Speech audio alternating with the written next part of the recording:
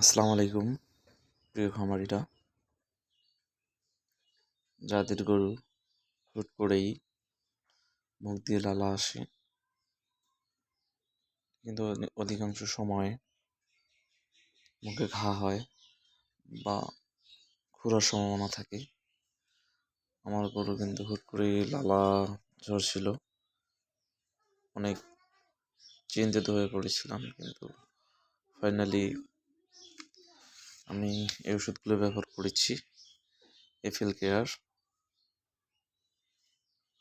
এটার কাজ হচ্ছে যে দ্রুত ক্ষয় শুকাতে, মুখ থেকে লালা ঝরা বন্ধ করতে, রোগজনিত ধবল দূর করতে, রোগ প্রতিরোধ ক্ষমতা বৃদ্ধি করতে, রোগ পরবর্তী জটিলতা দূর করতে, রুচি বাড়াতে বা খাদ্যকে সহজে হজম করতে এফএল কেয়ার এই কাজগুলোতে ব্যবহার করা হয়।